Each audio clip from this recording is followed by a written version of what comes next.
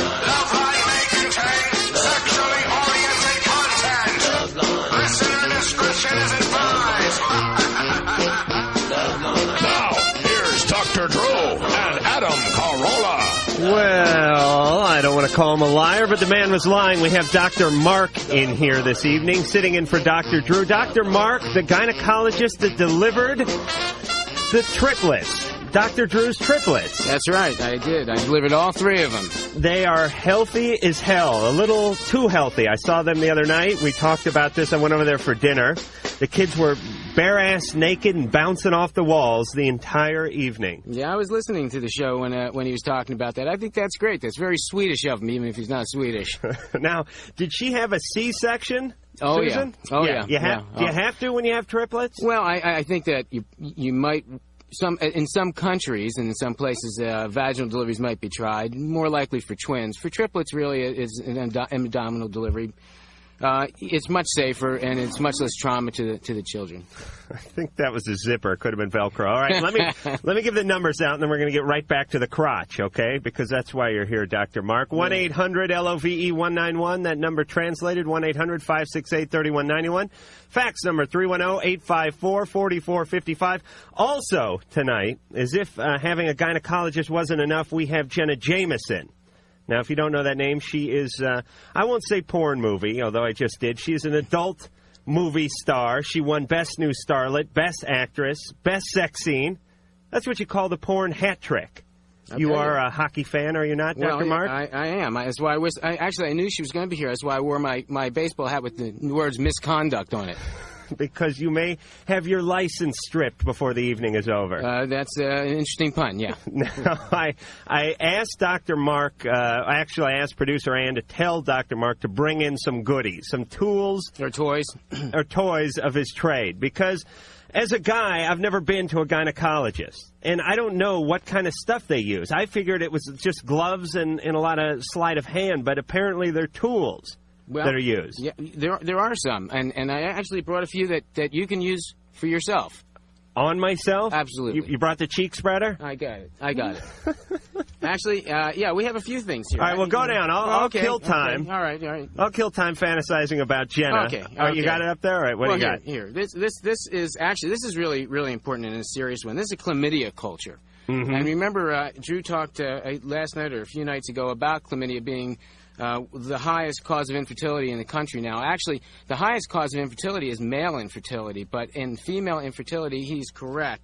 And this little apparatus is what we use to help to culture people. Mm-hmm. And those ladies who are having intercourse, and especially with multiple partners, really should go to a gynecologist, get a pap smear, and also get a chlamydia test. It's both safe for themselves and smart for the people that they care about. Can I keep that? Well, you actually can, because I actually brought one here, and if you'd like me to do this for you, this is a urethral culture. Oh, thank goodness. Yeah, I thought you might enjoy that. But, I'll let you take it home, and you can do that at home in your own privacy. Why is that so big, Doc? Yeah, well, because you're a big man. All right, yeah. Believe me, you don't know the half of it. You put the swab up the urethra, you scrape out a little something, and then you smear it into this is basically a little kit. There's 2 cotton swabs and a sort of a test beaker container in the middle. Right. The larger swab is for women for the vagina. The smaller metal one with the metal thing is the shaft, and that is for the men. And the third step is to peel the man off the ceiling. That's what the salad tongs are for. Well, yeah, as a matter of fact, you bring that up. Oh, no. Oh, did you hear that? Sabers are rattling. Oh, my God, no. This may be how you were born. No. Which is why you're in radio. No, the stork dropped me off. My mom told me. Yeah. These actually are obstetrical forceps, and they're really quite safe. They also make excellent apparatus to reach things in hard-to-find places. Really, it's a real good Christmas gift. Let me see this now. My mom says I was squeezed out of a bar rag. Is that possible? That might do it. That could do it. Now, what you have here essentially is a pair of what look like barbecue-type tongs. Salad tongs. Salad tongs, a large stainless steel, but, about 5 pounds worth, and they're bigger. And you don't get this up into somebody. Oh, sure you do. No. Oh, yeah. Oh, no. Yeah. As a matter of fact, if you watch this, when people are concerned about delivering babies with forceps, and expectant mothers are terrified of it, and understandably so. You can see how awful these look in their appearance. But they're designed so wonderfully that if, in fact, you would, by accident, which would rarely happen, pull too hard, it just slips off. Yeah.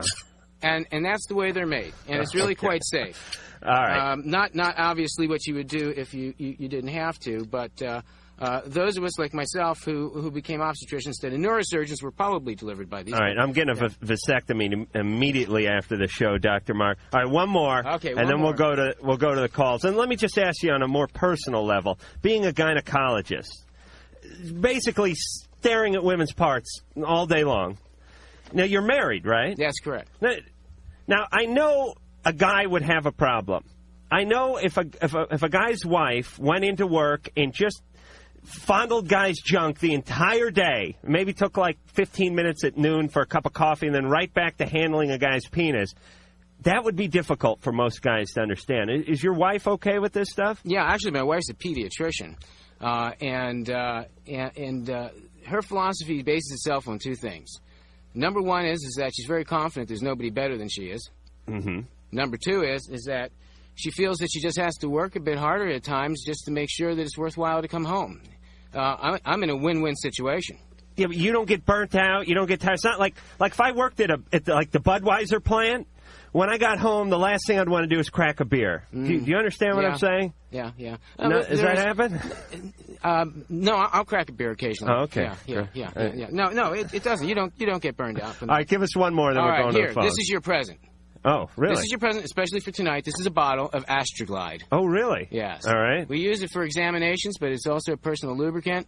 Uh-huh. It's kind of like a party gift for you. Yeah. Personal lubricant basically means you're about to be violated. You got it. Okay. Okay. Very good. We're going to the phones now. Gary? Yeah. You're on Loveline. Hi. I have a question for Dr. Mark. I'm here. Right here. I'm just putting my toys away. Yeah, go ahead. Okay. I have a condition called hypospadias. Yes? Are you familiar with that? Very much so. Okay. Well, I went to a doctor, and he told me that the surgeons that did the operation did a nice job, according to that doctor. Okay. But I still feel like the doctor didn't do a good job of the repair. And I mean, okay. I myself. What is his condition, Dr. Mark? A hypospadias is when the urethra does not come all the way to the end of the penis and opens inferiorly or on the bottom side. And there's different degrees of it, and they are repairable and usually done at birth. Was there a reason that this wasn't done at birth? Was it not that bad, or has it gotten worse? It wasn't done at birth, but it was done when I was like 2 or 3 years old. I see. Okay, and that was the time the surgery was done. There's no further surgery from that time. Not that I know, not that I recall or know of or heard of. Or what problems are you having now that bother you? Well, my urethra is kind of lopsided off to one side a little bit, and it's opened a lot more. And when I ejaculate, it more or less rolls out than jumps out or whatever. Okay. Well, I mean, I know this because, as Adam says, I have a squeegee in my tub. Oh, you do? Yeah. Oh, so you're homosexual? Yeah. Oh, okay. Yeah. Okay. And you're looking for the money shot. Excuse me? It's a little porn lingo we're throwing around the room here because of Jenna Jameson's arrival tonight. You're saying essentially. Let me just try to work this here. The male urethra's got a little pressure. I mean, it's kind of like when you put your finger over the hose and the stuff squirts out. I mean, Is your opening too big so it just kind of rolls out of there? Yeah, that's what I'm thinking. Well, is it just that you think it's large, or is it open to the underside of the penis? Well, it's open to the underside also. Right. And it's large. It's okay, Adam. That would be kind of like if you take a hose, and then you put water pressure through it, and then you slit the bottom of it, and some of it's going to come out the bottom. It reduces the pressure. Uh-huh. It also makes. Well, where does it go? Where's the water go? Where's the... I mean, it doesn't go down the driveway and into the storm drain. I mean, does it go into your penis? Oh, no, this is an opening. Instead of just coming out straight, it'll come and kind of dribble down. Yeah, similar to that. But when you're urinating, are you peeing all over the magazine rack and the potpourri dish and stuff? It depends on the hypospadias. If it's bad enough, you will splatter as you urinate. And does that happen to you? Is it that bad? I've had instances where I've wet my shoes, yeah. Okay, if that's the case and it's becoming somewhat where it makes you feel dysfunctional, I would definitely go ahead and make an appointment and see a urologist, okay? And they can fix it, and it's not a very long or serious operation, but it certainly would make you feel better about yourself. It's probably painful, I'm imagining. Actually, not too bad. Local anesthetic, or they put you under? It might hurt him. It won't hurt me. They give you a general? Yeah, oh, yes. Not just a local? No, not a local. Unless it's a very small repair, then they might do local, may do an epidural. But is the reason they give you a general because a guy would go nuts if he saw someone cutting into his penis? No, because it would hurt. Oh, okay. And locals are usually sometimes spotty for surgery, so right. it would depend. I went to general. Maya. Yeah, Maya, actually. Maya, you're on Loveline. Okay, I have a question about something I read in Jay Wiseman's book of sexual tricks. It's called the scrotum stretch. Oh, yeah. There's actually a porn movie called Rex Kobo's Super Elastic Scrotum or something like that. I suppose it's used in that. Is this a safe thing to do? The scrotum stretch? Yeah. I mean, do you know what it is? Should I describe? Yeah, describe it. Okay. Apparently, here's what you do. You put your thumb and forefinger around the scrotum over the testicles, and then you pull down until the testicles are, like, trapped in a tight sheath of skin. Oh. Yeah. And then apparently it's supposed to feel fantastic, and you, like, play with it. No, I don't. No. Having, I don't have to be a doctor to answer this one. Oh, boy. The scrotum's a very sensitive area, right, Doc? I have my legs crossed now. Man does not want his scrotum messed with. Maybe toyed with, maybe, sort of jumbled with a little bit, but you don't want it smacked around like a speed bag. Do you use a tennis racket with this? Man, forget this. No guy's going to like this. And if he does, you don't want this guy. Jay Wiseman thought that it felt fantastic. Yeah, he's sick. I'm sure he'll be pleased to hear that. So you don't think it's a good idea? Well, do you have a guy if you have a guy who thinks it's a good idea, it's a good idea. I mean, this is the rule of thumb sexually. Whatever floats your boat is a good idea. I wouldn't just spring it on a guy in the first date in the restaurant or anything. It's going to smack you with a breadstick. But you may want to try it on your boyfriend. Oh. You got a guy to try it on? Well, I could probably find one. Oh, that's the beauty of being a woman, by the way. It's easier to do, you think? Certainly. You can go out this evening, go to any bar in your neighborhood and find a guy who'll let you experiment with his scrotum. Well. Yeah. You have any other questions? Yeah, I actually do have another question. All right. It's about blowing air into the vagina. Very dangerous. Mm-hmm. It is very dangerous. Oh, yes. Okay, that's what I thought. You get a bubble in your heart. Yeah.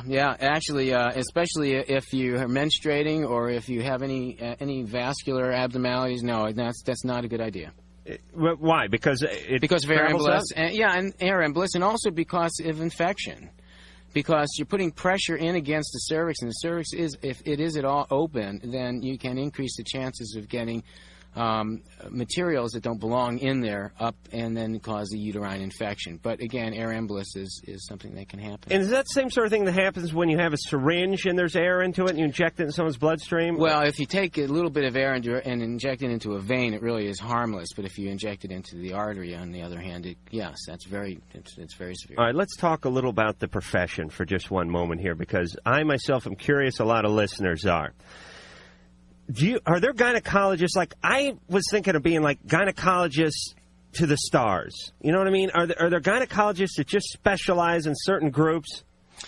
Well, depending on your geographic location and the type of patients who you get by referrals, you can develop a very special clientele. You ever looked up any celebrities? Yes. You don't want to mention their name? Oh, no, I don't think that I would want to do that. No. But yeah, and but you have. Yeah, oh yeah, and actually any ones that are, I mean. Yeah. But but they're just as nice as anybody else. They're there because they're either scared, concerned, or have needs. After that, it's not important. Any of the Golden Girls? No? No. But if you came in one day and you saw him like on your roster, would you sneak out the back door? I might take a day off that day. Yeah, that's a possibility. Any of the girls from Friends? No. Okay. Am I going a bad direction here? Well, it doesn't matter because I'd say no anyway. Any of the Angels? No. But no, it wouldn't matter. I wouldn't say. Either one of the guys from Starsky and Hutch? Well, Starsky. No. All right, well, then it's back to the phones. Bethany. Hi, Adam. Hi. Hi, Dr. Mark. Hi. I have a problem.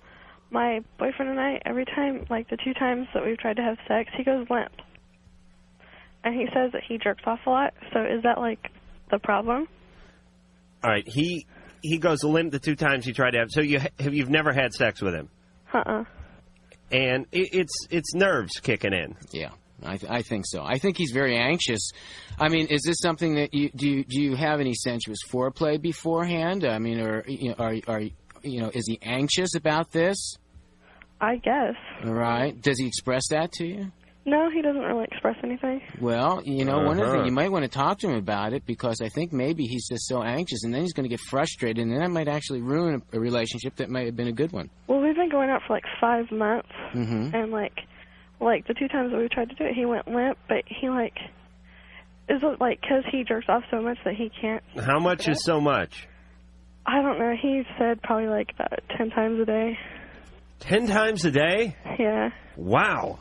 He should get some sort of golden testicle medallion or something for that. Strong wrists. No kidding. Yeah. No, probably not. I mean, it's not. Masturbation is not based on the frequency for that. I mean, that's not likely the problem. It might be that he just feels more comfortable satisfying himself than he does with the anxiety of being with you. Maybe he's concerned he can't satisfy you. Maybe he's anxious about the situation. I think you ought to sit down and talk to him about it. Well, should I break up with him? No. And it's I'm tired of it. But, all right, let me just say this, Bethany. Him thinking you're going to break up with him over this is what's causing a lot of the anxiety, which is causing his erectile dysfunction. Well, we're right there every single time, getting ready to do that, and, he goes limp. You know how, Yeah, but here's what you have to do. You have to make it okay. You know what I mean? Well, he doesn't make it seem okay. He makes it seem like the biggest thing in the world, slap me, just slap me, I mean, he wants to be flogged? He should really, his penis is the one that should be beaten and verbally chastised. It's really the penis's fault, isn't it, Doctor? Well, it is. As you said before, it's the root of the devil. Is that what you said a few minutes ago? Yeah, I think so. Yeah, the devil's root. The devil's root, yeah. Well, Bethany, there's no real quick fix to this one. No, but you need to talk to him, and you need to let him know that you support him. I mean, certainly you don't want to break up with him for that, because this is something that in a relationship, it's a matter of working these things out, and I see no reason why you shouldn't at least try to talk to him about it. Paul. Yeah. You're on Loveline. How's it going, guys? We got Dr. Mark here, sitting in for Dr. Drew and doing a fine job, I might add. Yeah, it sounds like it. Dr. Mark, I got a question for you. Okay. When me and my girlfriend, we have sex, she says that it hurts her inside, like I'm hitting her vaginal wall or something, and she starts to cry at the eyes sometimes. Okay. Well, yeah, most people do cry at the eyes. That's one of those. She's not crying out her ass, Paul? Yeah. Sometimes the woman's cervix is placed in a position where certain sexual positions are uncomfortable. Oh, and I think that the first thing to do is to try different positions to see whether that makes a difference. Yeah, we have. Okay. Are there any that do not make her hurt? Not really. Wait, let me ask the doc a quick question since we're on positions here. What is, and I know it varies from woman to woman and from cervix to cervix and placement to placement, what would be the most benign position in terms of hurting a woman? You know what I mean? What would be the safest position, just generally? Keeping your pants on. Yeah, that'll do it. There is none, because it's all dependent on the anatomy. Everybody's anatomy is different. Yours is, and other men, and so are women. And depending on how they're built vaginally with the cervical presentation, it makes a big difference as to how comfortable they are in any particular position. So you just have to experiment and find the one that's most comfortable. No such thing as a wrong one, and there's the only except if it hurts. And if it hurts, then you need to then work on not using that position. The other thing you might want to try, Paul, is try to limit your penetration. Yeah. And if you do that, then that would help an awful lot. I'm no doctor, but I did come up with an invention. Well, either am I. Is that why I'm here? Yes, you are. You're not. We should ask to see credentials. The Love Grommet. Now, what this is it's basically, if you play baseball, you know what a batting donut is. It's that iron thing they put on the bat, adds weight. It's basically that shape. It's a donut shape. You put it over the penis. It's made out of foam rubber, and it basically acts as, not only does it limit penetration, but adds a little kickback effect. Right, you know what I'm saying? Stimulates the clitoris, yeah. It stimulates it. Oh, we could put a little knob on the end of it. We'll call it the love knob. This will do it. Batting, all right. Love donut with like Love Jimmies. Optional attachments. Optional attachment. That's right. I think that's a good idea. And the optional pink Corvette it comes in. That's great. And it not only does it limit the depth, but it also springs and kicks out. Is this a good idea? I think so. Then you can have intercourse while he's sleeping. Yeah. I have one more question for you guys. Yeah. No. In all seriousness, though, back to you, Paul. Really, multiple different positions, partial penetration, and also use a lubricant. Okay. Oh, really? Real important. She does get. She said that she does get like a burning sensation. Right. Very important to use a lubricant. Paul? Okay. So real fast. We got about 20 seconds. Does that mean she's not getting wet or what? It might be, but give those things a try one by one, and then you'll get down to what the root of the problem is. And when we come back, we are going to have Dr. Mark, the gynecologist, square up with Jenna Jameson, the adult film star. Hey, this is Mike Piazza of the Los Angeles Dodgers, and you're listening to Loveline with Dr. Drew and Adam Carolla. All righty then. This is Loveline. Sitting in for Dr. Drew and doing a fine job is Dr. Mark. Also in studio tonight is the lovely Jenna Jameson. Say hi to everyone, Jenna. Hey there. Let me get the phone number out, 1-800-LOVE-191, 1-800-568-3191, the fax number, 310-854-4455. And I don't know, Dr. Mark, if you ever met Jenna, maybe you could take your pants off, Jenna, and see if he recognizes you. I need a good gynecologist. Do you? Oh, yeah. Oh, really? Yeah. Now, Dr. Mark has a very sad yet interesting story, which is he was injured playing the manly sport of hockey. How long ago? In September. Some big drunken maniac checked him up against the boards, and he was partially paralyzed? Well, I was for a little bit, and then I ended up with what's called central spinal trauma. So I unfortunately will not be able to practice obstetrics gynecology again. Because you don't have sufficient use of your hands? Yeah, they tremor, but I have what's called hypersensitivity, which means that I can't lightly touch the insides of my hands. So it makes it impossible for me to scrub and do surgery or do examinations. You mean you don't have the feeling when you do that? I have too much feeling. Oh, too much. So it's like the roof of your mouth or something. It's kind of like if your feet fall asleep and then you try and walk and get the pins and needles. Uh-huh. Yeah, it sucks, yeah. That's bad. But perhaps we could go in together, because I got hands like a rock. I mean, look at that. But can you move your thumb like this? I could learn. Okay, then you're okay. With your tutelage, I could learn. I'm just saying, you could talk me through it. Yeah. You know how, like, when a guy lands an airplane and they talk him down from the tower? Yeah, been there, yeah. I could be the guy actually doing the hands-on work, and you could just be sort of over my shoulder going, Is this before or after the sheriffs come? I just wanted to know. We're going to bolt the doors. Yeah.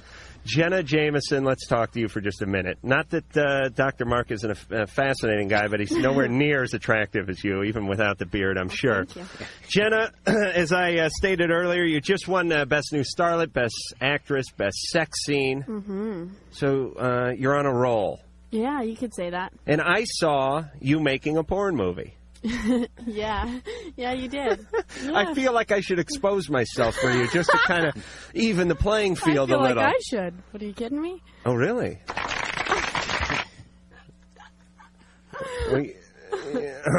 I mean, don't feel inhibited. It's a late-night show. Oh.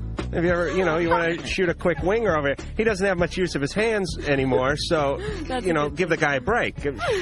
Come on, a little something for the doc? I won't look. Okay, yeah, okay. This is for you, Doc. Okay, well, there you go. You missed it, huh? Oh, Did I miss it? No, I think was there, so. What? That was the quickest turnaround I've ever seen in my life. But I missed it. No. And here's the beauty. Drew sits here every night for 14 years, doesn't see squat. You come in here for 10 minutes, boom, there's boobs in your face. It's the way of life for me. You got the luck of the Irish. So, Jenna. Mm-hmm. Now, you're new to the industry, basically. Kind of, yeah. What? I've been in it about a year. About a year. Mm-hmm. And I saw you do the Wicked one. Yes, you did. I was on the set. It was in North Hollywood. Mm-hmm. I was on the set for about 15 hours. I hated to have to cut it short, but I had to go home and get my medication. And it was like 130 degrees in the place. Yes. And basically, it was done like any movie would be done, except for people were walking around naked half the time. Right. Now, we have a little clip from not the Wicked one, but another fine feature you were in. Uh-huh. And I brought it in because you've loaded me up with pornography, and God bless you for that, and wicked pictures. And Engineer Mike has had a fun time putting it on a cart. So, Mike, can we hear a little of that?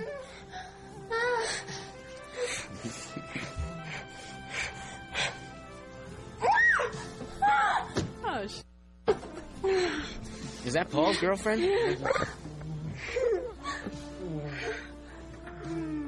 The guy in the background is me. Not grunting, but I'm on the Casio. Oh, Do we embarrass you? Yeah. Yeah, I thought so.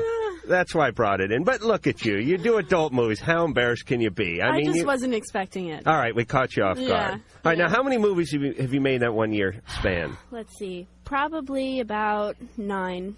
Oh, 9. Yeah, I don't work that often. So you're not on a tear. Mm. Because many porn stars or adult movie stars in a year could do hundreds. Well, yeah, some people do 200 in a year. They're working like 3 days a week, and they're sore. Now, yes, that's why we have the doctor. Now, speaking of the doctor, he's just held up the Astroglide. You guys get checked out, right? I mean, the industry is getting pretty strict with AIDS and all the other STDs. Absolutely. Which are now called, I hear, STIs, for I being for infection instead of disease. Yeah, so it's really not a disease. Yeah. I'm on top of things. But you guys get checked out how often? Month. Uh-huh. You do? Mm-hmm. You do? Have to. Are you due now, though? Am I due? Yes. No, just got one a week ago. Oh, all right. I was going to say the doc's got a whole bag of tools. I got the steady hands. He's got the degree. You got the roller skate. I got the key. I was just saying between the three of us. Well, maybe later in the show. Well, yeah, maybe. I'd be up for it. All right. We're going to the phones. You're going to help us out. All right. Joe. Yeah. You're on Loveline. Thanks. What's going on, guys? We're doing well. Having fun. Good. I missed the boobs, but I'll get it back. Yeah, I wish I could have seen them too. Well, I have 2 questions. First of all, my first cousin and I we like each other. We like each other a lot. And my first question is, if we were ever to get really serious and have a child, what is the possibilities of something like the child turning out abnormal? What part of Kentucky are you from, Joe? Ew. Joe. It's not like she's the last woman on Earth, is it? No, but you should see her. My mom ain't bad. That doesn't mean I'm going through the hamper fishing out her panties. No, my mom. This is your cousin. This is your first cousin. Blood. That's blood. That's blood. Yeah. Jenna, you wouldn't do that, would you? No. Okay, I just had to check. Well, actually, the risks are not that great for a first cousin. They're really not. I mean, they are for some inheritable disorders. If the family carries it, it's going to be greater, and you need to be evaluated and counseled if that were to happen by a good genetic counselor. Otherwise, it's legal. It's legal to marry you. It is? Yeah, it is. Yeah. They have. Didn't Jerry Lee Lewis marry his cousin, or was that like just some other 12-year-old? Yeah. Now, they have genetic counselors? Oh, yeah. But not for people who want to intermarry. I mean, there's genetic counseling for anyone who wants to get counseled for the possibility of abnormal disease, inheritable diseases. Right, wondering whether you should have kids or not. Well, yeah, of course. And this would be a perfect this is a perfect example of where they would be beneficial. And they're all over the state, and actually they're state supported. Mark, are you blessing this relationship? Well, no, I think that, as you said, there are other women in the world, and I think there's complications involved with this, not just from the point of childbirth, but just from family interrelations. But, you know, it's good around Christmas and the holidays because there's none of that. As you know, you get married and you go, where are we going this year? We're going to your folks in Chicago. Yeah. We're going to my place and my folks in Miami. No, we're going here. Yeah, you can stay local with this. This is good. Oh, just move on. Joe, move on. I don't know. Move on. Move on, Joe. I don't know if Joe wants to pass on those genes, by the way. He didn't sound like he came from prime breeding stock. Summer. Hello. Hey, you're on Loveline. Hi. Hello, everybody. Hi there. I have two questions that are really quick. Well, the first one is, it's been, I've had a few partners, and for some reason I haven't been able to have an orgasm with none of them. The only time I ever did was one time when I masturbated on my own. And I feel pretty bad because one of my boyfriends actually left me because of that. I mean, because he lasted about 2-3 hours every time we had sex. And I could not have an orgasm. And I don't know what I could do or what would be possible. All right, Jenna's gonna settle this. Jenna, what do you think? First of all, if he left you because of that, he's not worth it. Amen. And it doesn't matter how long he does it, it's how he does it. So I just think that you just need to find a man that you can relax with, because that's the key, relaxing. So it's more technique. Yeah, and you have to be very comfortable with the person. Right. I could give you the best 30 seconds of your life. You know that, Jenna? Possibly 45, depends on the distraction level. Is that with or without the testicular stretch? Oh, the warm-up? Oh, yeah, right. Yeah, I'm factoring that in. That's 25 seconds. So, yeah, all right, go ahead. And my second question is, every time, I mean, even if I see a cute guy, I get really, really wet. And for some reason, it makes it uncomfortable because after a while, it's just, I get so wet, I get dry after a while. And I mean, it's strange. For about 5-10 minutes, I'll be really wet, like if I'm having sex, and then I get really dry, and I just get really sore after a while. So this is interesting. She gets really excited, but she can't have or doesn't have an orgasm. She needs a good man. Yeah, I think Jen's right. I think she needs a good man, and she needs somebody to be understanding, and she may even need to self-satisfy herself with the man present, or have him help her until she feels comfortable enough. Absolutely. And anyone who has intercourse for a long period of time is going to get sore, and you're not going to be lubricated, and maybe you're trying too hard. Right. Jenna. Mm-hmm. You're queen.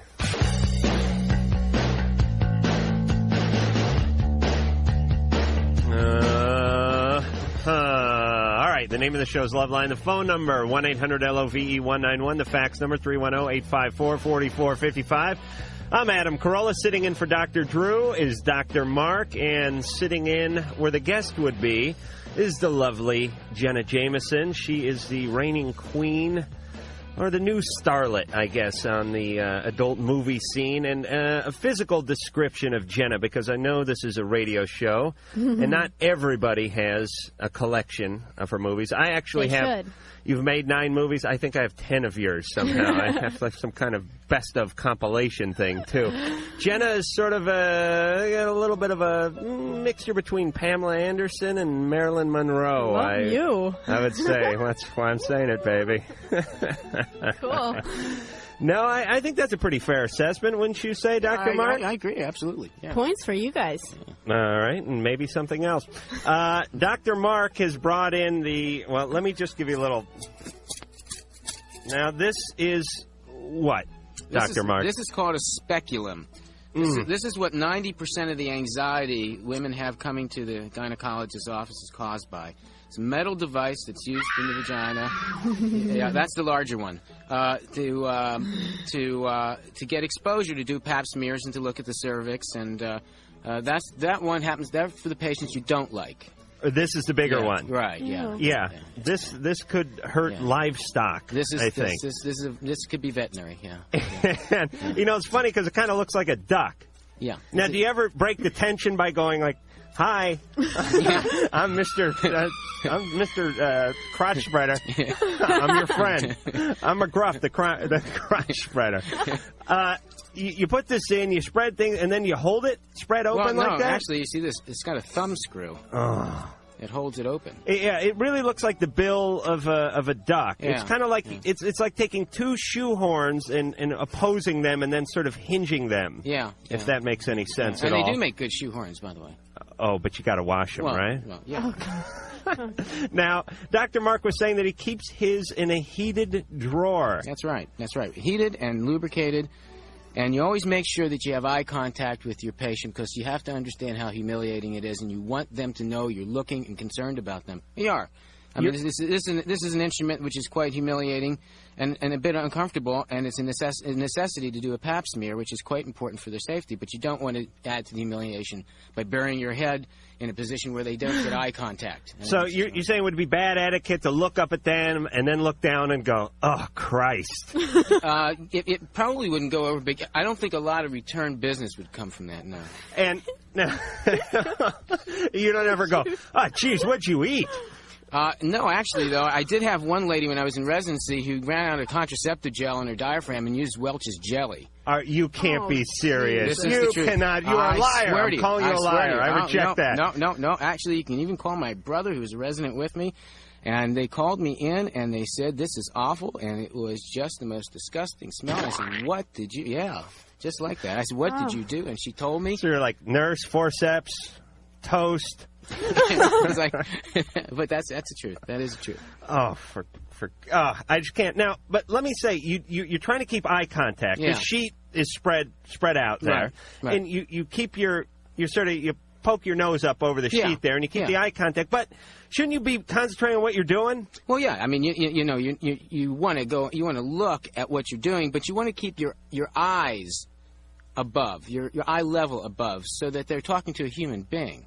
Yeah. You don't want it to be. It's clinical, right? But you don't want it to be humiliating and degrading. Now, you ever have fun by popping down below the sheet and then popping up like a Richard Nixon mask or something, like the Hey Vern guy, the Ernest guy, or something? I haven't tried that one yet. No, yeah. That would be a good time. Yeah, that might do it for me. Yeah.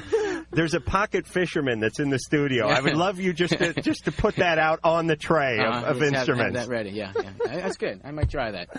Oh, if we could just mix some more comedy into gynecology, we would all have a better life. Jenna, do you wince when you see these instruments of destruction? They make me nervous. Yeah. You've had these, right? Yeah. And no pay for this, by the way, either. This is a non-paying gig. This is pro bono. Oh, God. All right, we're going to go back to the phones. All right. Jenna's going to jump in. Dr. Mark's going to jump in. I'm going to jump in. Gina.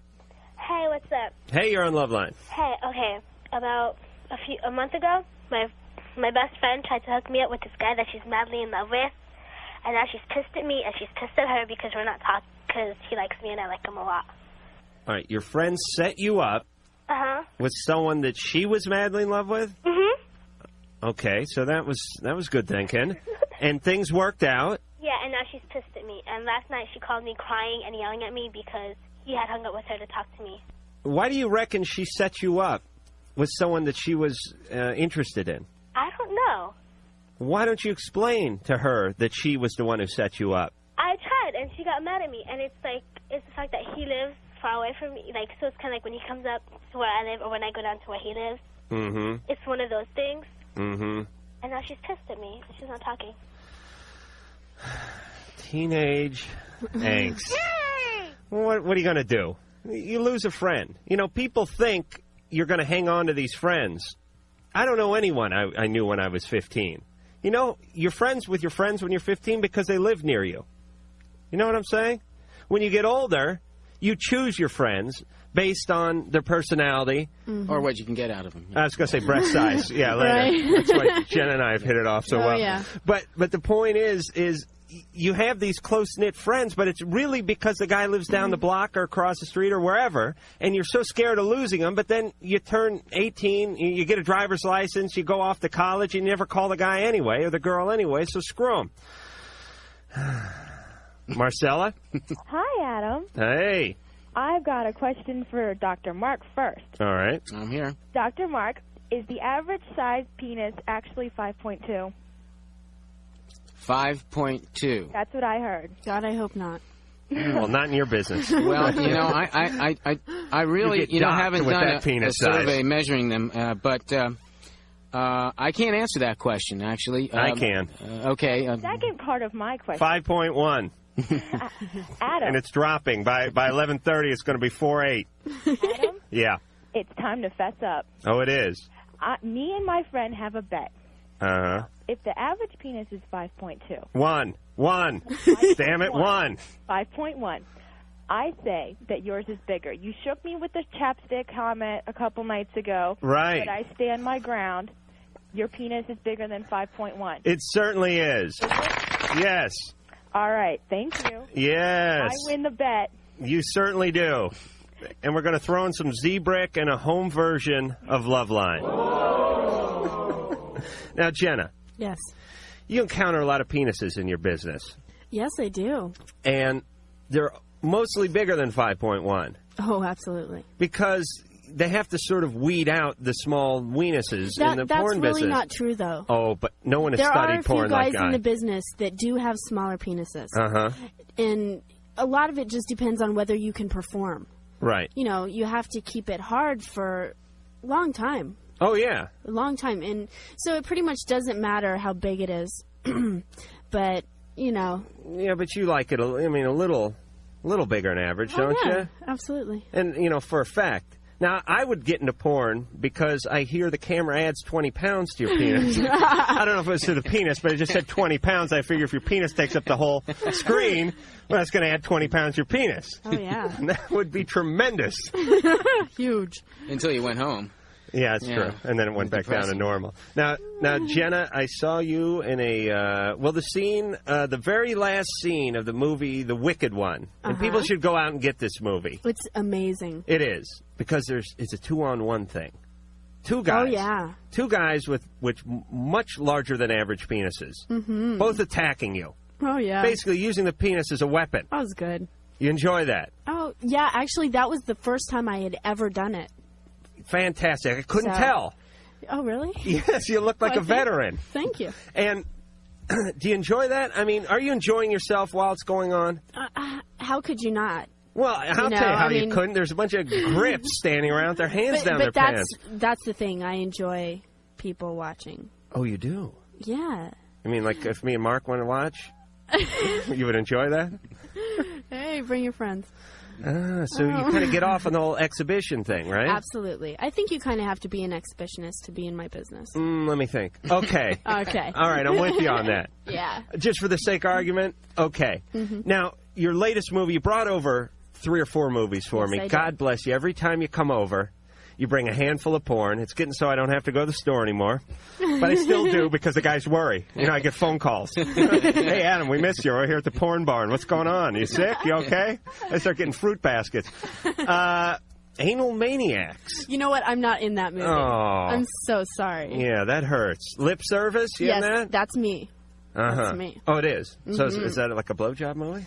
You know what? One of the best ones I've ever given was in that movie. Oh, really? It's on a fire escape on Santa Monica Boulevard. Really?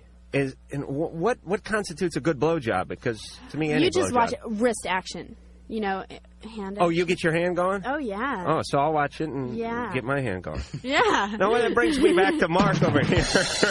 Mark, you know, I hate to pry, but with the injury, not with my wrist, no. You can't. Can you pleasure yourself anymore with the injury? Yeah. Oh, you can. Absolutely. Yeah. Oh, you can. Yeah. Okay, good. Because you got some work to do tonight. Yeah. Well, yeah. Otherwise, I'd be depressed. When we come back, we're going to talk to Dr. Mark's going to reach into his bag of gynecological tricks or of love. That was better like stated. Felix the cat. Yeah. Jenna's going to reach into my bag of tricks. Perhaps there's some hard candy in my crotch. You can get it later, and we'll be back. Hey. Yeah. Yes, I'm having a wonderful time tonight. Let me get the phone numbers out. Thank you. May I have another? 1-800-LOVI-191. 1-800-568-3191. Fax number 310-854-4455. It is like a frickin' sex shop in here. There's oils all over the place. There's surgical instruments. We have starlet Jenna Jameson here. Jenna, did you do any work today? No. No. No, but last week I did. Oh, yeah? Mm-hmm. Let me guess. North Hollywood somewhere in some warehouse? Where was it? You know what? They all kind of run together for me. But it's always in the valley somewhere. Yeah, it's Porn Valley. How apropos that I was born and raised in North Hollywood, California, which would later become the porn capital of the world. Maybe your birth started it. You think some sort of cosmic thing? I got like things rolling cosmically, and that could be it, Jenna. I could be the reason you're having all the success you're having. Maybe. How about a little payoff? Now, speaking of sex, you're killing me. You have a boyfriend? Yes, I do. You do? Mm-hmm. Now, is he in the business? He was an actor, and now he's a director. Charlie Sheen? Oh, God. Oh, no. Don't say that word around me. Have you had... Oh. No, I haven't had him, but I know him. Mm-hmm. A lot of the gals in the business. He's a porn groupie. He is? Yes. Hanging around backstage. Well, I wouldn't say that, but, you know, there are certain guys in the straight business that like adult film girls. Right. So. But it's kind of the same thing. They want to run around. They want to have a good time. Yeah, which is cool. And all that. But then the girls always get, you know, I mean... Let's be honest. If you're doing adult movies and you're dating Charlie Sheen for a few months, that's a good thing. This is a good thing, right? Absolutely. But then he gets tired of it and moves on, right? Yeah. But that's okay too, I guess. All right. So your boyfriend was in the business. Now he's moved behind the camera. Yes, he has. And he directs my movies. Oh, he does. Yes. Wow, that's a few of them. Yeah. And that's a turn on for him.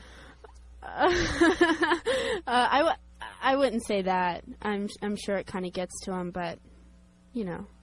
Yeah, because let me tell you how most guys are. If I go over to a girl's house and I'm dating her and like a yearbook opens and she has her arm, she's at Disneyland with her arm around, you know, Mickey. I'm like, who's that bastard? Who is he? I'll kill him. So yeah, I can see your point. I know that I would be totally jealous. Yeah, to see him. Well, you have seen him do it. Yes, I have. But I just don't want to be around. If he does still do it, I just don't want to watch it. So pretty much when I'm having sex, he goes out of the room. Mm-hmm. I go into the bathroom and you're having sex, by the way. Oh, he's here. He's taking pictures. God bless him. He's a bigger man than I. Oh, that's got to be. That is just, well, I guess a double-edged sword. All right, so you guys been going out for how long? Oh, about 6 months. All right, and you're making it work out. Yeah, trying. Okay, good. You don't seem to be fighting now, but, you know, I know how that is. You get home, dishes start flying. Let me give the phone numbers out and reset the show. 1-800-LOVE-191, fax number 310-854-4455. This is Loveline. I'm Adam Carolla. Sitting in for Dr. Drew is Dr. Mark. He is a gynecologist. He was injured in a freakish hockey accident and can no longer practice gynecology, but I will be his eyes. Just his eyes. I don't want to be any other stuff. What about his hands? His hands, too. That's right. And Jenna Jameson is here, and we may test things out on her later. Woohoo. We'll play it out. We'll just see how it feels, all right? Shane? Hello? You're on Loveline. Hey, Mark. Hey, how are you? What's up, Jen? Hey. Yeah, I'm... And Adam, whoever you are. Yeah. I've been going out with this girl for a couple months now, and my uncle and parents are kind of forcing me to go to Hawaii with my uncle because he's moving out there. And I don't really want to leave my girlfriend because I'm, like, seriously in love with her. And I wanted to know if you guys could tell me what to do. Don't go. Don't go. Well, they're forcing him. Yeah. They're forcing you? How old are you? I'm 16. Are they pawning you off on your uncle? Basically. Why can't they take care of you? Well, they can. They just don't really like me around. Why do you think that is? Well, me and my stepfather get in fights a lot over... He thinks I'm trying I'm overrunning my mom and everything like that. My mom thinks that he's being too hard on me and that he's just going out of whack. Shane? Yeah? I have a suggestion. You want to stay, right? Yes. Why don't you act that way? I mean, why don't you mind your P's and Q's? Why don't you be on your best behavior when you're around and make them go, hey, this guy Shane's great. We don't want to send him anywhere. I don't have to do anything to get in trouble with my stepfather. I can walk in the door like the other day. I went to my friend's house, came back. It was 4:30 in the afternoon. I walked in the door, and he wouldn't let me in. And what's your mom say about this? She just kind of goes along with it because he's the father. And my stepfather came from a hardcore Catholic family. Dad was right no matter what. Mm-hmm. And that's kind of how he's living. Gosh, maybe you'd be better off in Hawaii. I hear that. Yeah, I mean, you are getting sent to Hawaii. Really? You know, it's not like you're going to Auschwitz or something to stay with Uncle Fritz. You know, the other thing is that maybe it wouldn't be a bad idea if you truly love this young lady and she loves you to go and take a breather from your stepfather, go to Hawaii for a bit, see if you can work things out, and come back a little bit restructured, because sometimes you just need a breather from those situations. And she can go out. I mean, no one's opposed to going to Hawaii to visit anyone. I wouldn't be. I'll come if you want me to. You'd have to shave the beard. Yeah, well. And add a little around the chest. Cody. Hello. Hey, you're on Loveline. Hi, Dr. Mark. Hi, Janet. Hello. How are you doing, Adam? Fine. Listen, I have a question. My fiance and I are expecting a baby really soon. Mm-hmm. Or not really, really soon. But, and she feels like she's a little overweight. And she was wondering, or actually we were both kind of wondering, if she could do, or what she could do to lose weight. Well, first of all, how far pregnant is she? Probably about 4 weeks. 4 weeks. Yeah. Okay. If she's 4 weeks, then the chances are that if she feels that she's gained a fair amount of weight, a lot of it might be estrogenic water retention. Well, actually, she's felt like she's been overweight for as long as I've known her. I see. Well, while she's pregnant, what oftentimes happens is that when women get pregnant, they become extremely concerned that the additional weight gain will make them unattractive. Pregnancy is a very demoralizing thing to the psyche of women for their physical structure, and it's very difficult. The answer to your question is no, she should not diet, especially not in this trimester or all through the pregnancy. For those people who gain excessive weights, there are, for instance, Weight Watchers has a wonderful program for pregnant women. And very healthy and appropriate. Or she can go to a dietitian who can help her to gain less weight, that is unimportant weight, but not to lose weight, no way, no. Doctor, I'm no doctor, but maybe she should start smoking. They say that helps lose weight. Yeah, a couple packs a day. A couple packs? Yeah. Right. She's already a smoker. Oh, well, then I have to say that she should probably worry a lot less about her weight gain at this point and worry about trying to cut down. How much does she smoke? Oh, quite a bit. She smokes probably about 4 to my 1. Okay, and how many do you smoke? About maybe once every hour and a half. I see.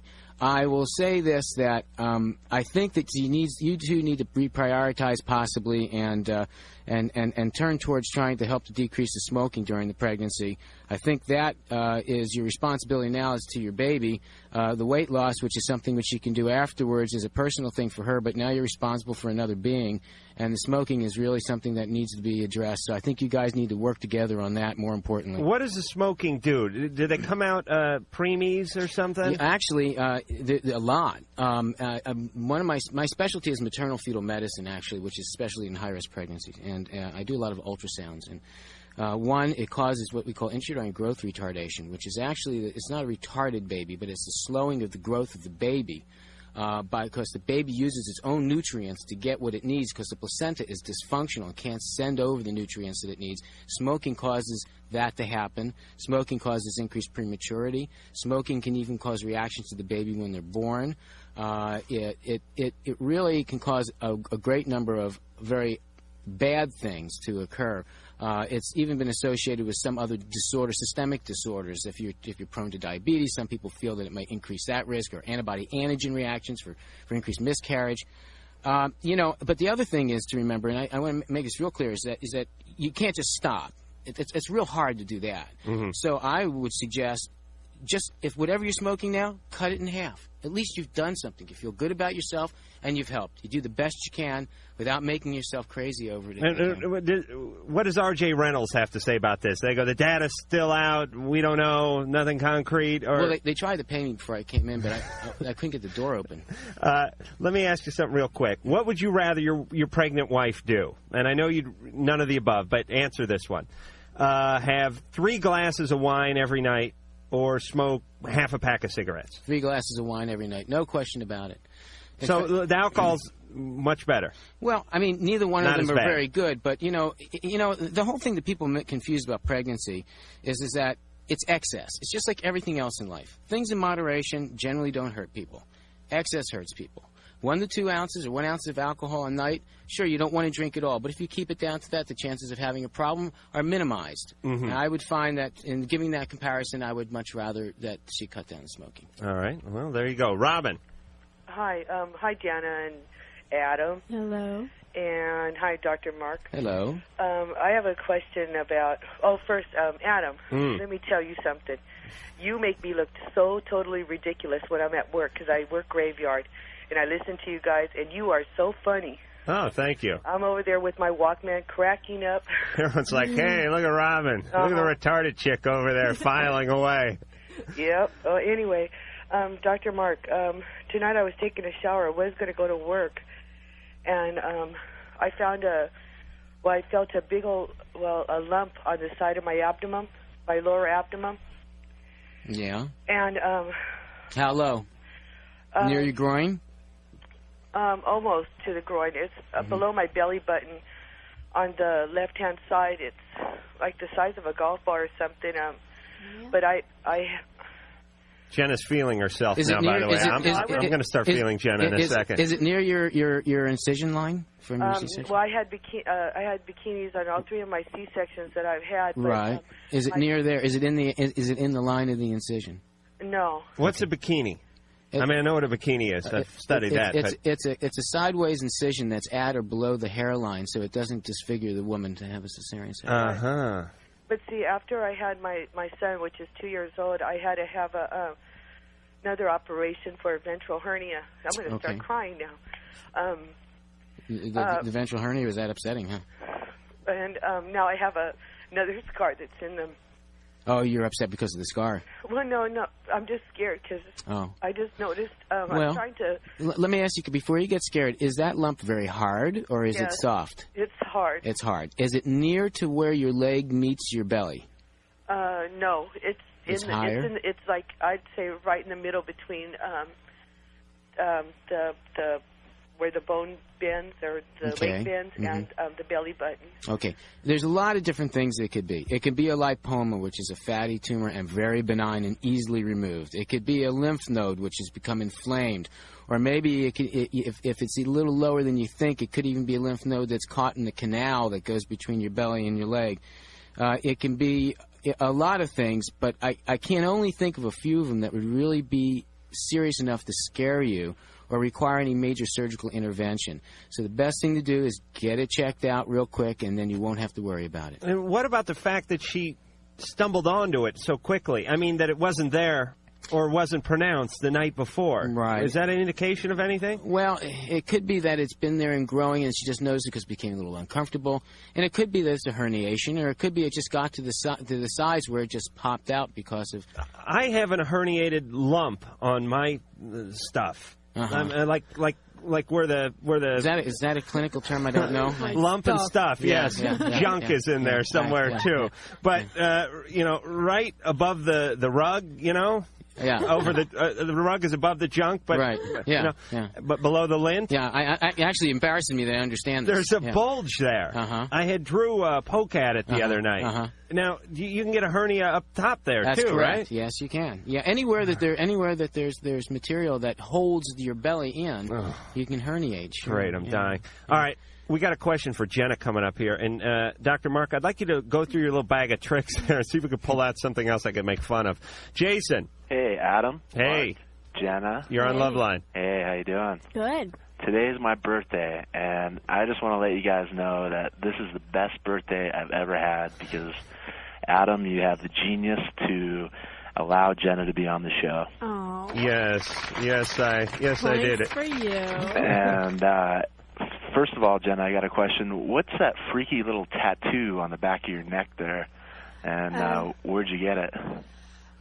It's not little. It's a right, a it like covers your whole neck. Yeah, it's a dragon. Really? With a wave and tribal.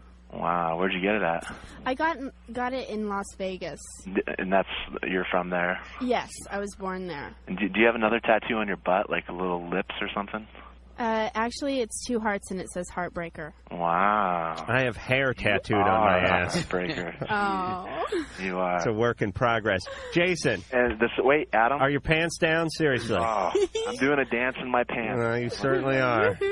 Jenna, I have one more favor since it is my birthday, and Adam gives me so much laughter every night.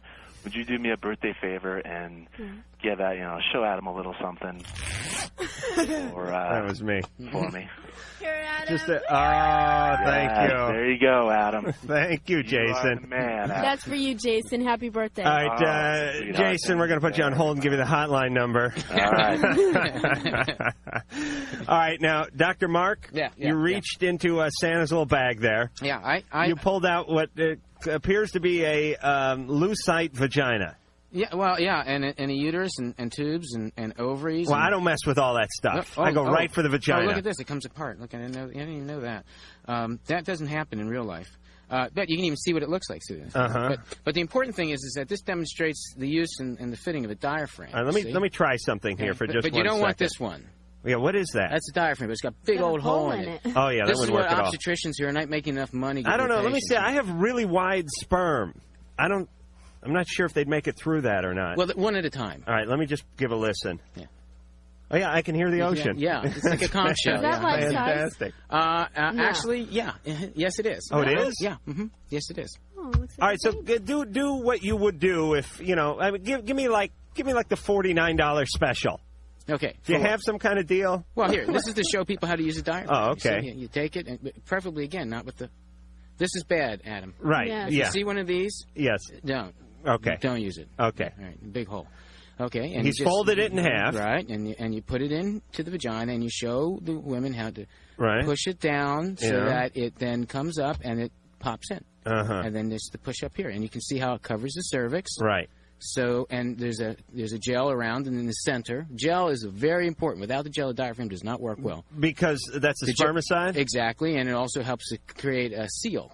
Oh, really? Yeah, not the singer. Now, you couldn't use something from the automotive store, like liquid gasket or something like that? I told you they tried to use the Welch's jelly. That didn't work well. I would probably stick away from that. But anyway, and that's how you help to have people visualize. And use a toothbrush to get it back out, or how do you get that out? Knitting hook. No, actually just your finger. Now, nobody uses these things anymore, do they? That's not really true. Actually, they're quite popular. And what I recommend for people is I recommend that they teach their husbands how to do it and use it as part of foreplay. No. Wait a minute now, Doctor. You're sounding like Dr. Ruth here, where they're trying to involve putting on the condom, where they're trying to birth control. There's no place for birth control in the foreplay. I say the guy sits in the room and he chubs up and he maybe chugs a beer and he gets himself hyped up a little bit, and when it's good and ready, he comes in. A guy doesn't want to be messing with that aspect of sex. You know what I mean? Because that gets you thinking. You start thinking about pregnancy, you start thinking about kids, you start thinking about college, tuition. You know what I'm saying? The Menendez boys. All sorts of things are running through a man's mind. Women, if you want to excite the man, you take care of that. And then call the guy in when you're ready. That's certainly a personal preference, but it actually is much more popular than you think. Yeah, because I never hear about that anymore. that thing you were just talking about. All right, we're going to go to another call here. Doc, you have any calls you want to take? Oh, just whatever. Okay, well, this guy's been on hold for 42 minutes. Dan. Yes. You're on Loveline. Hello, everyone. How are you doing tonight? Good. My question is for Dr. Drew, or Dr. Mark, excuse me. Mm-hmm. I was just wondering what the ill effects are associated with hallucinogenic mushroom use. Well, the most important one is listening to music like that. You can come on to your aunt or uncle. That's one side effect. The most serious thing is being given mushrooms which are essentially poisonous. It's something that people don't really consider, but the source of the mushrooms and the type of mushrooms they are critically important, and there are several reports of people who do die or get desperately ill from being given mushrooms which are in fact not hallucinogenic but poisonous. Dan, you ever been high on mushrooms? Once, about a week ago. Okay, did you get very nauseated while you were there? High? No, because we didn't take very much. Okay, well, the deal is that one of the side effects is nausea, okay? And another side effect is like any other hallucinogenic, medication or drug.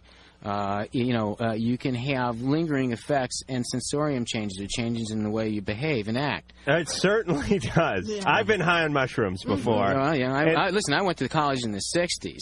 Oh, really? Yeah, right. Where'd you go? You didn't go to like Humboldt or something? No, I went to Penn State. But they had plenty of mushrooms up there in the Nittany Mountains? It's an agricultural school. Oh, so you were just basically farming shrooms the entire time you were there. There was a responsibility I had to my generation. But as a gynecologist, I was thinking about this on the drive in. You slip up just like an inch and a half in your proctologist. Well, there you go. You were almost there. It's Thank a multi-specialty. God you stayed up. It's multi-specialty. Yeah.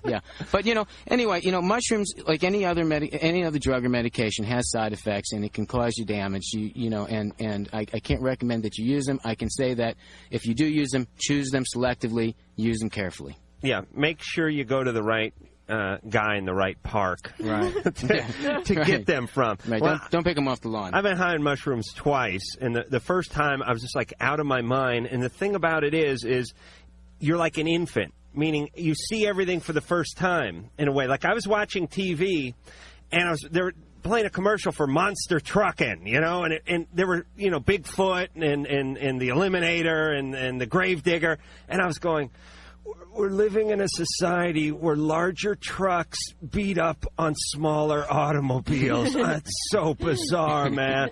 And then I saw a woman, like a Lee press-on nail commercial, and I was like, women are taking pieces of plastic and sticking them onto the ends of their fingers so they look more presentable for men, and my head almost exploded.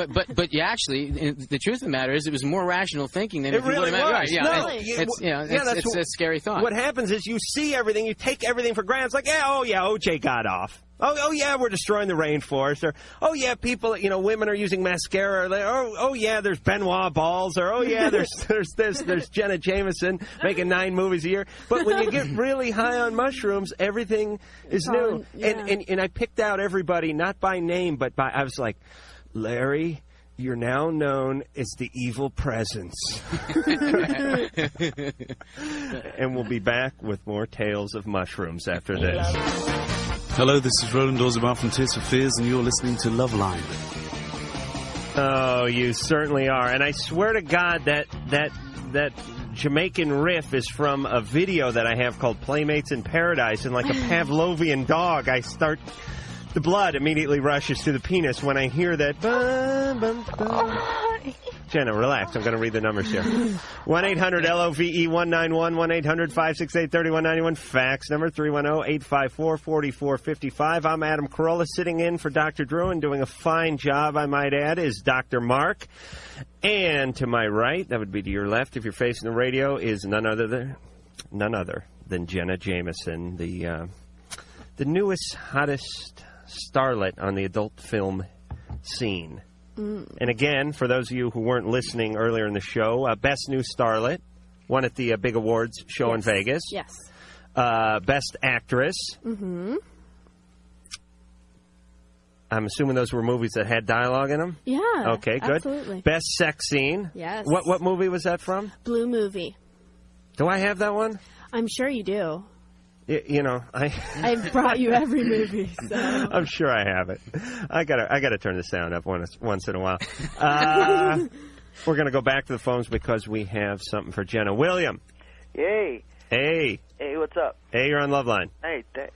I just wanted to tell Jenna that... Jenna, I'm sorry. That I did see Lip Service, and I do have to agree that that was probably the best oral sex scene I have seen in a long, long time. Well, thank you. Really? Yeah. Because of the hand action? Oh, definitely. Hand action is a must. Really? Yes. No, no. Proven my point. No, I don't like the hand action. Oh, come on. Yes, you would. No, I really don't. Oh, come on. Well, don't get me wrong. I'd take it over sodomy any day. No, but it's all in your technique. Yeah, if they don't... Believe me, I got my technique down. I mean, when my penis will actually start straying toward my hand when I'm just walking down the street. It knows. It's like it's like Old Yeller, you know, Old Purple. It heals. Down, roll over. All right. If they don't know how to do it, it doesn't... No, I don't like the hand because it makes my penis look smaller. You know what I mean? When once you know what I mean? Like when you're holding the baseball bat and there's not that much hanging out. Small hand. Oh, or that's right. Or get a larger penis. You can help me with that. I might be able to do something for that. Any guys in the industry with operations who've had a penis augmentation? John Wayne Bobbitt. Oh, well, yeah, right. I mean, that was a necessity. He got his penis caught on a lawnmower. But he just got it enlarged. Oh, he did? Yes. Have you had a look-see? Oh, no. No? Oh, no. Oh, you wouldn't do that? Oh, no. You won't work with certain people? Yeah, I have a list. I work with probably about 4 different guys. Oh, really? Yes. I'm selective. You are? Yes, absolutely. Now, I mean, how do you crack the list? I mean, some kind of interview process or something? Not irritate me. Should I take some mints? How am I doing? You're getting there, Adam. So you'll only work with these 4 guys because you know the guys. Mm-hmm. You know their work. We're compatible. You know their penis. Exactly. If they poke their penises through a hole in a wall, you could go over there. This would be a good game show, by the way. I could. We give her like 30 seconds. She gets a name, Peter North, Ron Jeremy, and she has to scramble to stick them on there. And if one's wrong, bam, she's got to run back and like peel one off and stick it on the other one. Yeah. But you would know. Yes, I would. Absolutely. God bless you.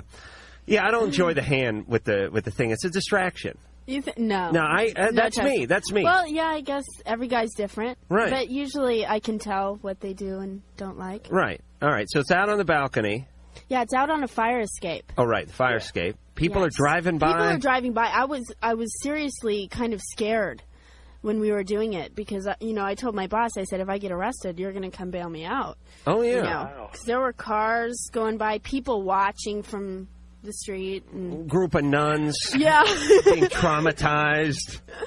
Yeah. Guys hurting their neck and rear-ending people. It was kind of late. It was probably like 11 p.m. How many stories up were you? 3, I think. Now, so they were filming from the street. With lights, of course. Yes. Oh, lights, really? Everything. Did you have to pull a permit, like a blowjob permit or something? No. We were rushing. I see. And I don't know how to state this delicately, so I'll just go on and say it.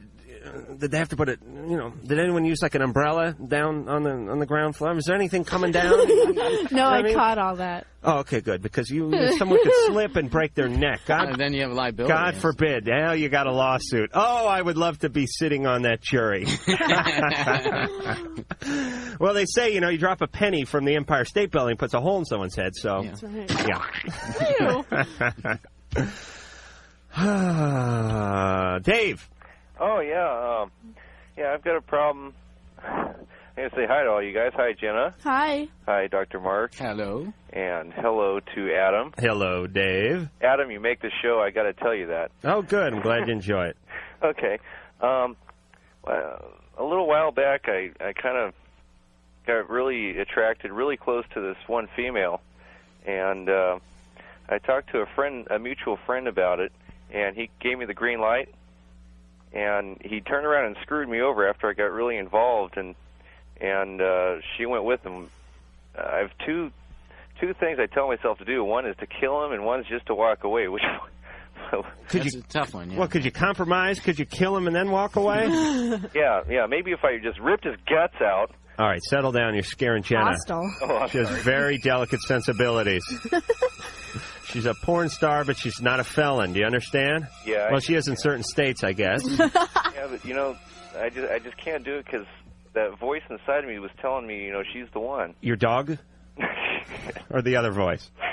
Dave, listen, wait a minute. Let's get something straight. Your friend gave you the green light. Your friend dated her? Yeah, right afterwards, yeah. Yeah, but why are you asking your friend who doesn't know her if you can date her? Or am I... No, he does. He knows us both. All right, but wait a minute. Let's just backtrack. Let's backtrack for a second, Dave. You met a girl you liked. Right. You asked your friend, and your friend gave you the green light, you said. I thought maybe they had something going, and I asked him about it, and he said they didn't. Oh, so you met her through your friend. Right. And then your friend decided he liked her after you got together with her. No, I didn't get together with her yet. But after you became interested and started dating her, or you didn't do anything? It was just before Valentine's Day. I was going to do something on Valentine's Day. Had you had a date with her, though? Kind of, not really a date, but... Right, but in your mind. You had a bathroom date, I call them. That's where you're alone and it's just basically you and the hamper, but it's still a date. I count that as dating. Yeah, I guess. All right, so you didn't have anything with her, Dave. Yeah, it was... You didn't. I hate to be the bearer of bad tidings, but... I mean, there's been people I've been attracted to, but this is totally something else. I mean, this is the one, you know? Yeah, but... I don't know. Jenna, what do you... Jenna's pounding. It sounds like his friend just yanked her out from underneath him. Yeah, figuratively. And didn't care about his feelings, and he's feeling bad. But I say move on. Find yourself a new woman. All right. Well, I appreciate the objective advice. You'll have no problem. Yeah, Dave, believe me, you don't want to go back and try to start something that essentially wasn't ever started.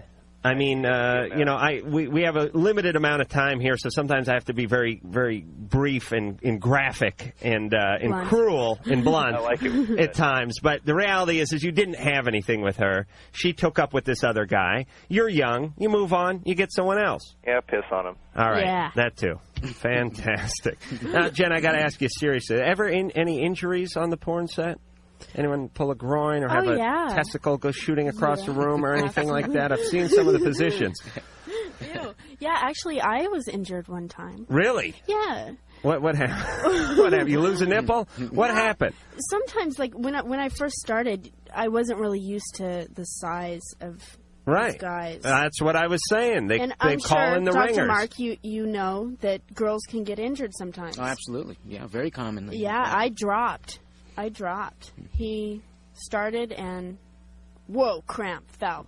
Couldn't move for like hours. Mm-hmm. Now, would that be on like the porn blooper outtake tape or something? I hope not, because I was crying. But I think I like bruised my cervix or something. Well, like that. If you force pressure like that, you can tear ligaments. You can even make the uterus contract very hard. It's very. Oh yes, this could be. It was horrible. Yeah. You got to warm up. Mm-hmm. You got to stretch out. Yeah, you got to work it in slow. Yeah, and sometimes you see the thing pop out, boom, goes right for the bunghole. Oh, that's gotta hurt. Yeah, I wince. As a porn fan, you hate to see that. That's painful. Here's a question. Ever get a penis caught in the clapper thing? You know where they go, take 27, that thing comes slapping out. Anyone ever get that? Some of them I wish they did. I wish I had enough penis to be... Yeah, right. That could hold up shooting in more ways than one.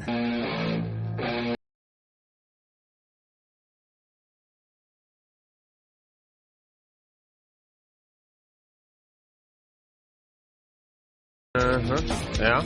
Mike on there, Mike? Fantastic. Let me give the phone number out for Loveline, 1-800-LOVE-191, the fax number. 310-854-4455. It is my privilege to be sitting here, boxed in between the very knowledgeable Dr. Mark, who is sitting in for the very knowledgeable Dr. Drew, who is now on a ski vacation. Apparently, he pumped his sick child up with enough antibiotics and anti-inflammatories and God knows what else to get him onto a plane and off to Utah. So I hope he's enjoying himself.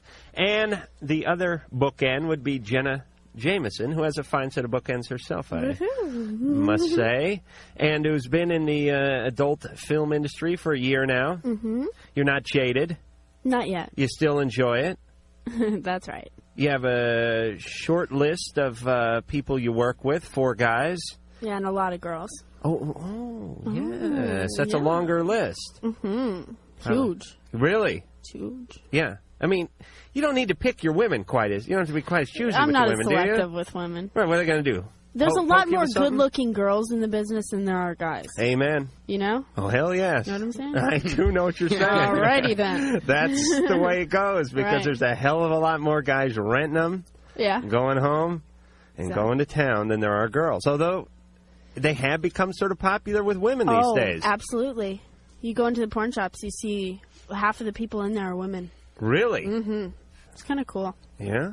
You ever go into the local places? Yeah, I do. And, sort of go check out your section there, see how it's moving? Do you get recognized frequently? Yeah, I try to, wear a baseball hat and, no makeup, but I do. I get recognized, and they say, hey, aren't you Jenna Jameson? Are there movies here of you? And then every one of my movies is gone. Oh, really? Yeah. Now, they all go for them. Do you do, appearances and signings and stuff like that? Yes.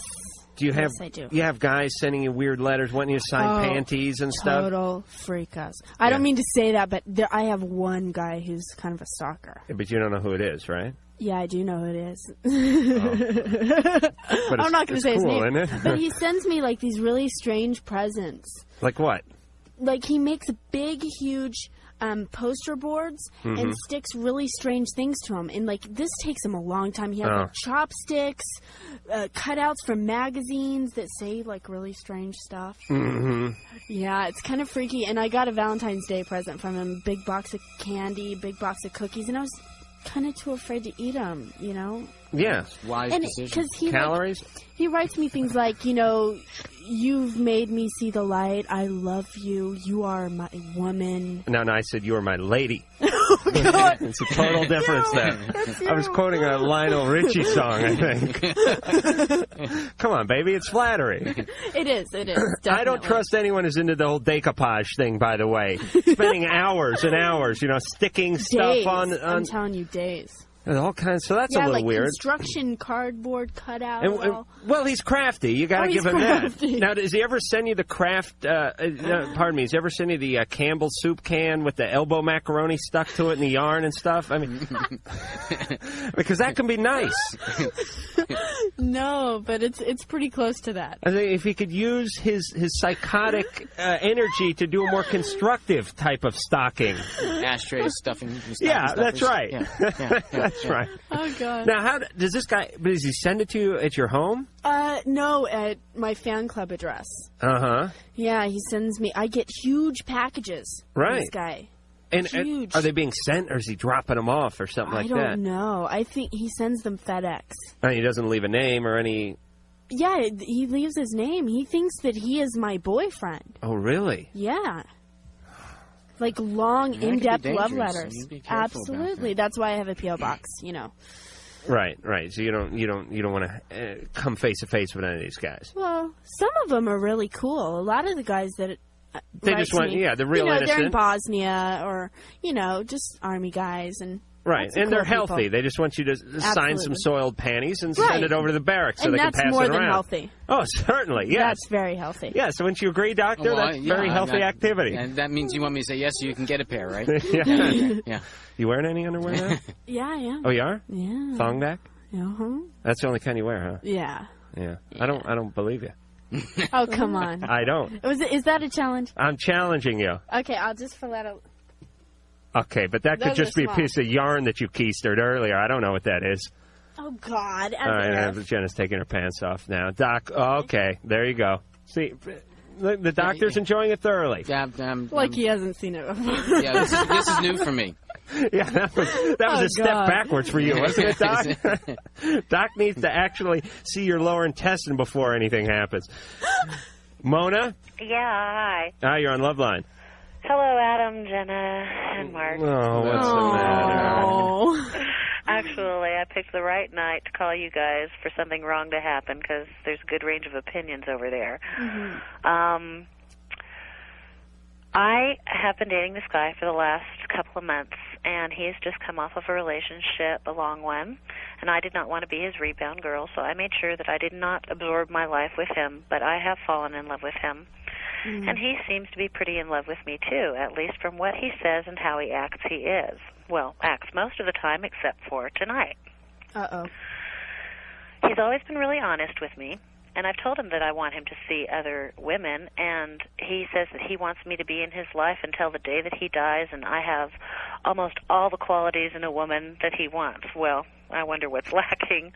Maybe it's in the sex department, but he's talked to me about that too. Well, tonight he asked me to call him, so I did, and it's late, and he answers the phone, and we talk a little bit, and he says he's going to go back to bed, and I asked him if he was in bed alone, and I kind of knew he wasn't, and he told me the truth, and he said no, he wasn't. Ooh, that's got to hurt. This guy's an asshole. Can I say that? Oh, yeah.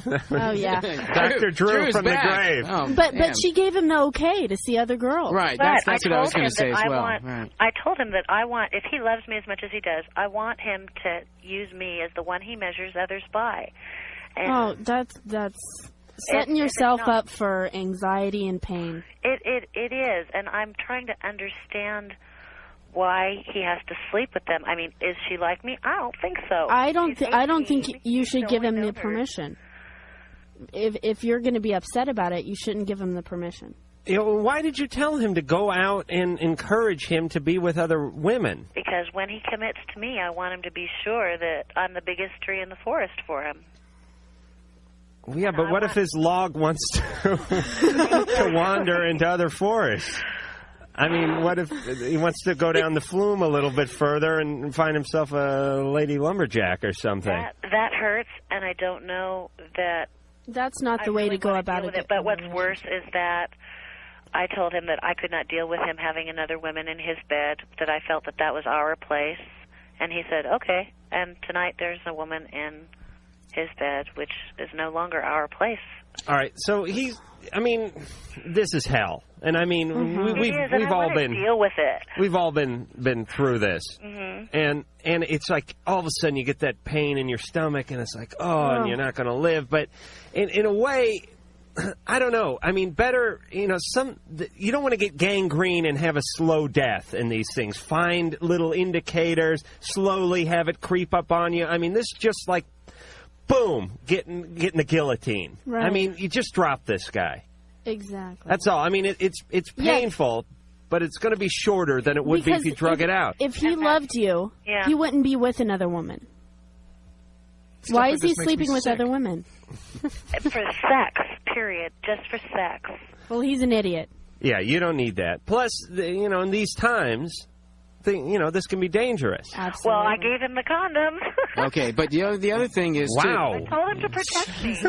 Well, all right, you are a liberated woman. That's the least he could do is protect me. Well, that might be true, but the other thing you need to understand is that be careful what you say or offer. People may take you up on it. Right. And if you gave this man the opportunity to have sex with other people or to see other people, and then you retracted it, it's a very confusing situation. Now, I'm not saying don't drop him, but I'm just saying the next time around, be careful what you say. You may just get it. Yeah, and let me tell you, that is not a well-conceived thought, by the way, to any ladies listening out there. That is as good a thought as, remember when you were a kid on Halloween, and you'd show up to a house, and they were out of town, so they had that big plastic jack-o'-lantern out there, and it was filled to the top with Razzles and Mike and Ike's and Smarties and stuff, and it had a little sign that said, please take one, and you quickly capsize the thing into your pillowcase and made off. That's how guys work, basically. You leave the jack-o'-lantern unattended, he is going to be sticking his penis in it and going right after the Mike and Ike's.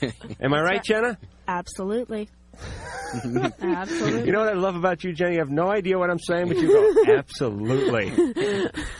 Whereas with Drew, he had every idea of what I was saying and would go, you're absolutely wrong. Thank God Drew's gone. We don't need that Drew anymore. We're having a good time without him. All right, we're going to go back to... any calls jumping out on you there, Mark? Because I usually give Drew the opportunity to point at the screen like the chip that he is. This is a real quick one, and I think I kind of like... All right, we get these calls, and I happen to enjoy these myself. Yeah. Reg? Yeah, hello. How you guys doing? Good. I have a question for the good doctor. Oh, he left, but I'm here. Yeah. When I was born, I was diagnosed with undescended testicles. Uh-huh. But when they went in and did exploratory surgery, they didn't find anything. Okay. So as a result, you can imagine I have only one testicle. Okay. Now, it hasn't affected my sexual function. Okay. And I've never had a bad reaction from a woman or anything. And, in fact, I have a healthy libido. but I'm still self-conscious about it. If you're self-conscious about it, then go to a urologist and consider the testicular implant, because they are safe, they're inert, and you need to feel good about yourself, and there's no reason why you shouldn't. And that is essentially a marble, right? Well, I mean, no. I didn't go to the Five and Dime, just stick like a Black Beauty in there or something like that. Well, no, because I got to charge you $750 for it, right? But essentially a marble would do. Well, if you can get one in there. With that testicular stretch, you might be able to just shove that in. I'm not sure. Oh, were they earlier Is that call? a painful procedure? I mean, no. Well, I mean, not for me, no. But for you, it might be. Well, a little bit. I mean, anytime you have an incision, it's going to be uncomfortable. Where is that? Is that right on the scrotum, actually? Usually, yes, it is, right. And it's a very simple procedure, and the answer to your question is no, it's not very uncomfortable, and you can have some post-operative discomfort. Is it as dangerous as, say, breast implants and that? Oh, no. No, this is a nothing. No. How big is the thing they put in there? It's about the size of a large marble, as you were saying. And is it spherical, or is it sort of football shaped? Football shaped. Oh, it is, because the testy, right? And they anchor it so that it's not floating all around, and it's generally quite satisfactory. And I have another question about. There's a whole nautical theme that's going on here. I don't know if you noticed that or not. How do they anchor it very quickly? A small chain with a small anchor shape. No. They suture it down to stationary material in there. I have another junk. question about. As you said, junk before. Right, yeah. you're junk. Yeah, you're junk. Yes. Genetics of the situation. Okay. Now, my father and grandfather both had undescended testicles, but they were able to find theirs. Okay. And I have two brothers who are both normal. But if I was to have male children, are they destined to be to have the same condition, or it's probably a higher percentage of likelihood, but it is unlikely. You would need to be counseled, and you need to be chromosomally tested to see if there would be any problems in that respect. The likelihood is you may have a higher incidence in the general population, but certainly not anything to be concerned about. And it certainly hasn't hurt you, your father, your grandfather, so I certainly wouldn't let that bother you. But again, why cousins should not get together. Let me ask you real fast before we go to break. When you're missing a testicle, you lost it somewhere, or you just didn't have one? I would always check out in the car. Yeah, because you can drop it. God damn it, it's always out in the car. Yeah. But here's the thing. You don't have a testicle. So you basically, let's just picture like a Crown Royal sack there with one marble in it. Right. Is the other side sort of lifted up? You know what I mean? Do you need the weight of the testicles to help? It's generally retracted a bit. Yeah. It's not. It's asymmetric in size. Of course, now everybody's asymmetric to some degree, but it's more so. So it's like Gumby's head. Yeah. We'll be back.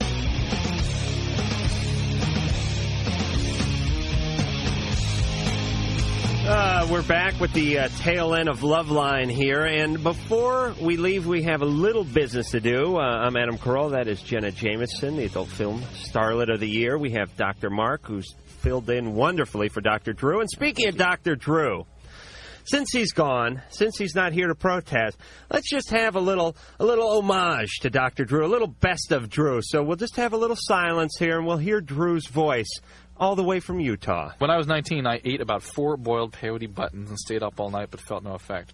Find a new position. It's called intimacy. You're fat. You're overweight. Pee on this stick for me. If anything, I want to be dominated. Oh, God. Find you stealing my underwear again. Here's what's going to happen. This is not acceptable. This guy is an asshole. Can I say that? What we can do to Dr. Drew in his absence. Gosh. And Dr. Mark, you'd like to read off a quick list your daughter gave you of people she'd like you to say hi to. This is a list the daughter just handed him, wants him to say hi to these people. Go ahead. A little hi music if we could, and Mike. Real quickly here. Okay, here we go. It says, for my daughter Shauna and my common-law son Matt, I have to say hello to Tony and Roe Adams, Cannibal 2, Drew, that's my little son, Fu, Razor and his love Ann, Matter, Krista, Steve, Cher, Drea, Senor Peretz and his wife, and love to Mama Lebed from all of us. And for my wayward yet loved son, Peter, with metal objects in his face, now that really pleased me, I'll say hey to all the Icemen, that's the hockey team, Mom and Pops Hansen, Aze, Koji, Eric, the Birdman, Steph, Shane Dog, Dave, the Wise Man, Monica, and his doggy Caesar. Word of And thanks to Ann, Dad, for letting us come along. It's been fun. And Mike Moore, no, you can't have a date with Jenna.